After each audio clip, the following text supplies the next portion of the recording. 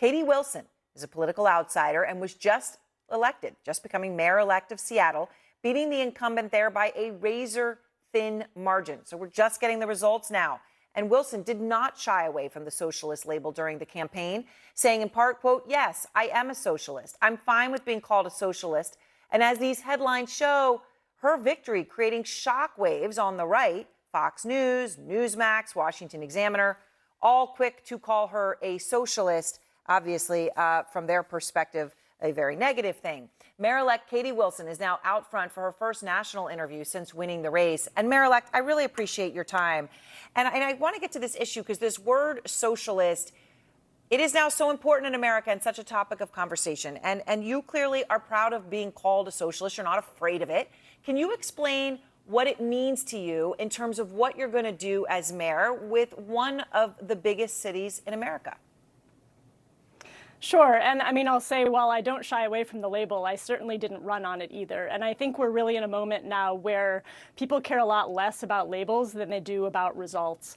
And I ran for mayor in Seattle because we are in a moment where we have an affordability crisis. Just like many cities around the country, people are struggling with the cost of housing, with the cost of childcare, with the cost of food.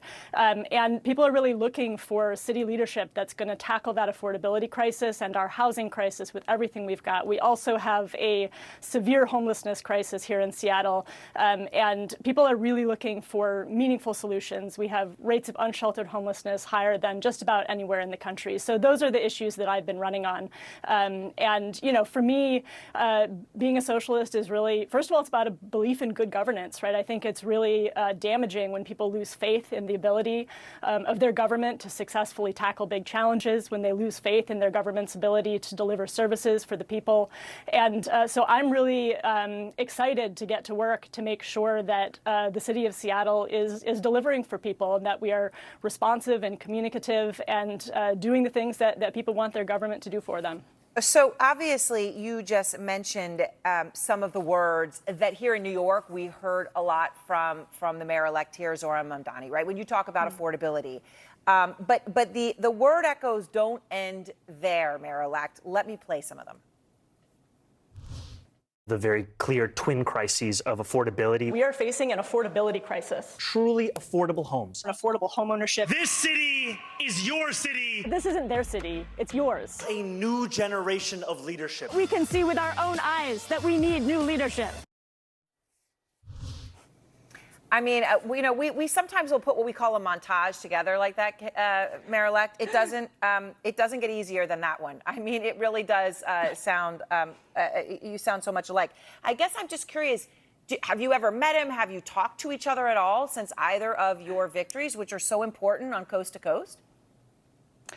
Not yet, although I certainly hope to. You know, and it's funny because when I decided to run in this race, which was in February of this year, I'd never heard of Zohran Mamdani, and so it was a fun process over the first few months of my campaign to start getting text messages from friends. Oh, you got to check out this guy in New York City.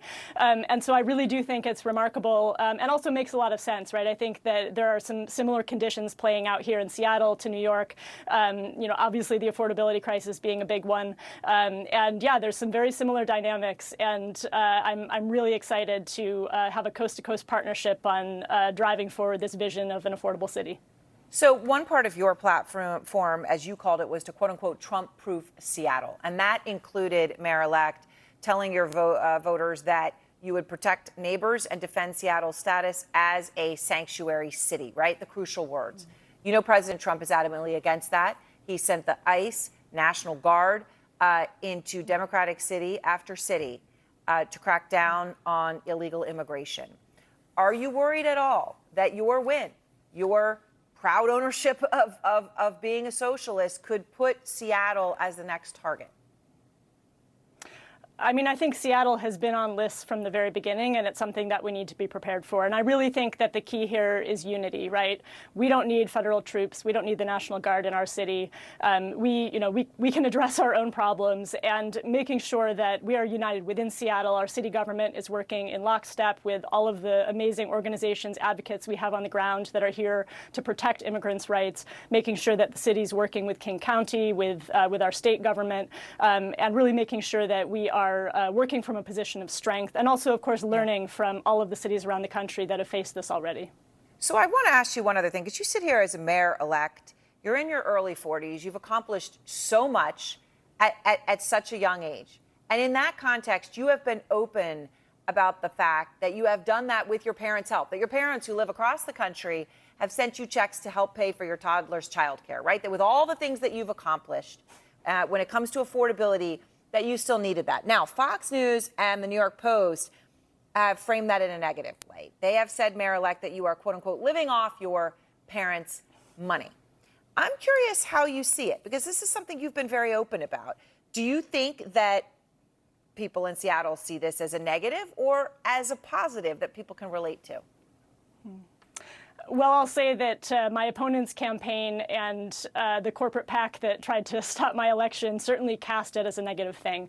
But, you know, campaigning for office is stressful. Seattle's one of the most expensive cities in the country. Our childcare is off the charts expensive. And honestly, I think that a lot of people of my generation and younger and older found it very relatable that during this stressful campaign, you know, my parents chipped in to help to pay for the cost of their granddaughter's daycare. And I think, you know, families help each other out. And I certainly acknowledge that I'm lucky to be in a position where my parents were able to do that. Not all families have that privilege. And, you know, that's why I'm going to fight for affordable childcare and affordable housing for every family in this city.